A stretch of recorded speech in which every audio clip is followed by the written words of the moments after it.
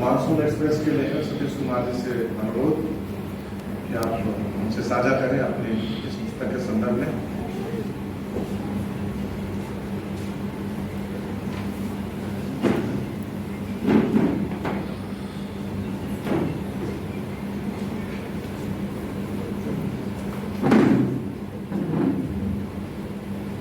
और में उपस्थित सभी लोगों को मेरा नमस्कार।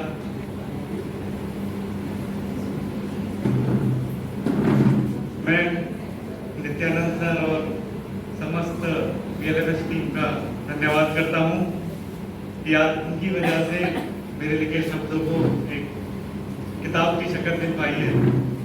और इसी के साथ मैं आए सभी अतिथिगणों का भी धन्यवाद करता हूं कि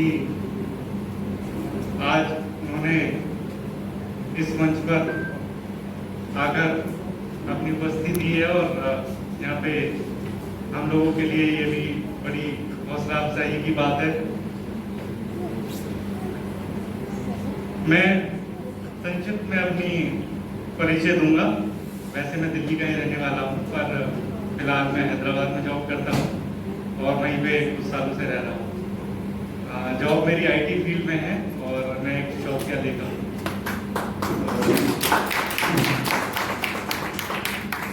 and engineer by profession and writer bye passion. तो किताब के बारे में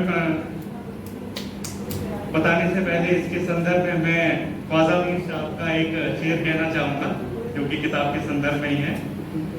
सैर कर दुनिया की गाफिल जिंदगानी फिर कहाँ, सैर कर दुनिया की गाफिल जिंदगानी फिर कहाँ, जिंदगी अगर कुछ रही तो ये जवानी फिर कहाँ। इन्हीं विचारों को तवज्जो देती यह किताब मानसून एक्सप्रेस रोचक कहानियों का एक संग्रह है। किताब के टाइटल के समान ही इसमें आपको मानसून की रिमझिम बारिश, रोचक रेल सफर से लेकर कॉलेज, दोस्ती, शादी, जॉब और आधुनिक व्यंग्यों से जुड़े विभिन्न किरदार भी नजर आएंगे। मुझे पर्सनली एक्चुअली घूमने फिरने और रेल सफर का काफी शौक है और यही इस किताब को लिखने की मेरी निजी वजह रही और इसलिए ये किताब मेरे लिए बहुत खास है। एक रेल सफर अपने आप में बहुत कहानियां बयां करता है। उसके अलावा आप चाहे ट्रेन हो, चाहे बस हो, चाहे फ्लाइट हो, एक लंबे सफर के दौरान हमारे पास काफी खाली समय रहता है।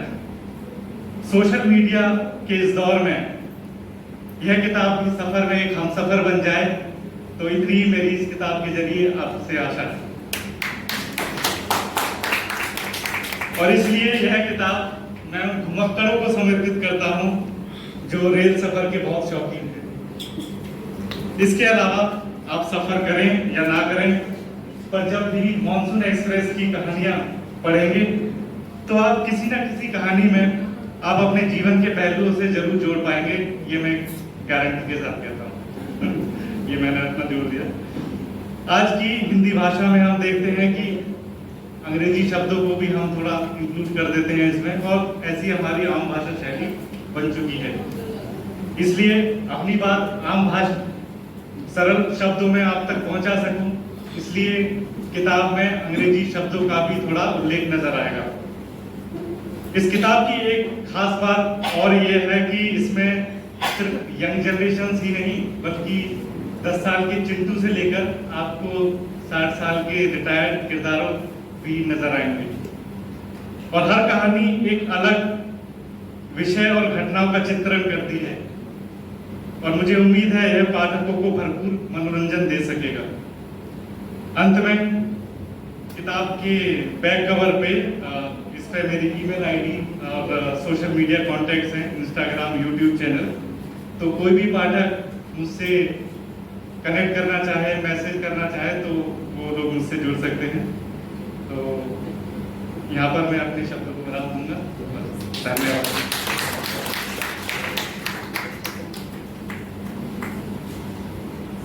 पुनः नित्यानंद तिवारी जी से एक बार लेखक का स्वागत करें। नीतीश कुमार जी। मानसून एक्सप्रेस इन्होंने लिखा है और इससे हमें यात्रा का अनुभव हो गया, ऐसा उन्होंने बताया। बशीर बद्र का एक शेर याद आता है कि मुसाफिर के रास्ते बदलते रहे, मुकद्दर में चलना था चलते रहे, कोई फूल सा हाथ कांधे पे था, मेरे पाँव शोलों में जलते रहे। और मोहब्बत अदावत वफा बेरुखी, मोहब्बत अदावत वफा बेरुखी किराए के घर में बदलते रहे। पुस्तक विमोचन के क्रम में आगे चलते